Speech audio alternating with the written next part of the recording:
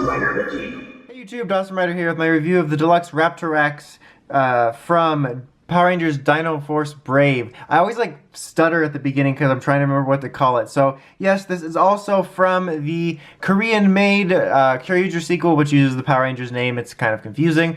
But so as with the others from the main Megazord set, this is a slight remold, but mainly a repaint of the Raptor. In this case, it now belongs to Pink. It's all kind of weird.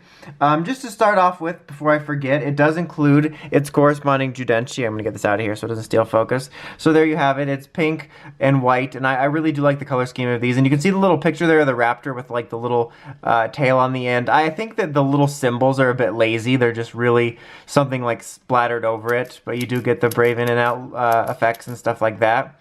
And then on the back it says its name, Raptorax, or I might be mispronouncing it, I don't know. But now we're going to go ahead and take a look at its sounds here, so let's do that.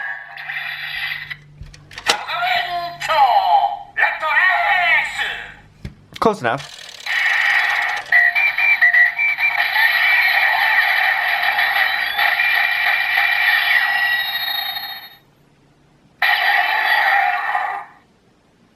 Okay.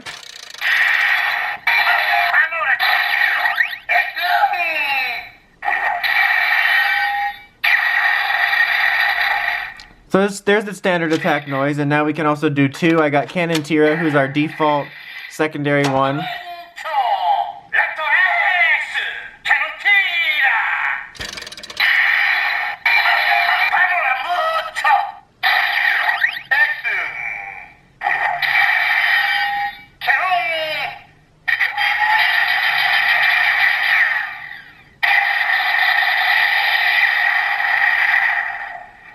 Alright, and then as you know, if you were to switch it around, it would just change the emphasis on whichever one is on top and bottom and stuff like that. So yeah, here it is. Overall, I have always liked the design of these, and I do like the design of this new version as well. I just like the color scheme they have going for all of them, of the main white, but with the accents of whatever color. I think it's a really cool way to go about it. I think all of this would be much cooler if the actual, you know, Rangers had more inspired designs than just slightly modifying the original suits to make it look like a new dinosaur. But I do like the look of it. I'll be showing a comparison in just 1 second, but it basically is all the same here. It's just different colors. The only real difference being here at the tail, instead of having the triple prong tail, you have this almost axe looking thing going on here. And if you open this up, you can put a Zyudenchi there. I'm going to do this, but later I'm going to be using a stand-in because you need this for sounds and stuff. Actually, that's going to be for the next one. That's going to have Western in it, so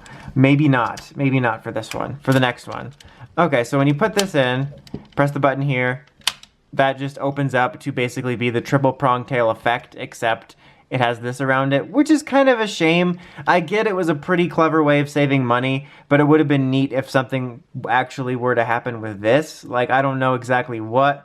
Maybe these flip out, or even just pop out a little bit like this or something. Just something to make it a little more unique would have been nice, but oh well, that's what happens. So let's go ahead and show a comparison here. It's going to be pretty easy to look at it, just the thumbnail alone. So there you can see it next to its original counterpart. Very, very identical. Not quite as much as Parasagon's going to be a difference, but the only real difference being that it added on this little axe part. Other than that, it's basically identical. But I still think it looks cool. I just wish they had mainly done a little bit more in terms of giving the gimmick something different. Okay, so to transform it, to get it ready for its little Megazord mode, it's very, very easy. You just fold these up like this. Fold that back, fold these up, back, fold these around so they go in snugly, and then you open this up so it creates that, and we'll put it on one of the arms. Let's just look at this lovely white space in a serene day today. Now we're gonna bring it in. He doesn't have his, that just fell. He doesn't have his backpack because it just always falls off when you're dealing with it. So we'll just take that off. And then the review that comes out right after this will be the new green one, and that's when I'll show off the Western mode and get the sounds for that. There we go. And so there you have that. I'm putting it on that side. You can put it on the other side if you want, which is usually where it goes, but I wanted to do it on this side. It can kind of work for both of them, really, when we think about it. But I just wanted it here. Anyway, but I do like the look of it on the mech. I think overall that the other ones flow better for some reason, but I do like the look of the weapon on here, like kind of giving it this sort of axe weapon. I didn't intend for it to hold that on there, but I like the look of it like that, but not so much for display, if that makes any sense. Like, I don't know, just here it is on the other side, just to show it, since I got time, since this is such a short review. But yeah, I like the look of the weapon. I just think it flows better together when these are on it, whether it's individual or in Western.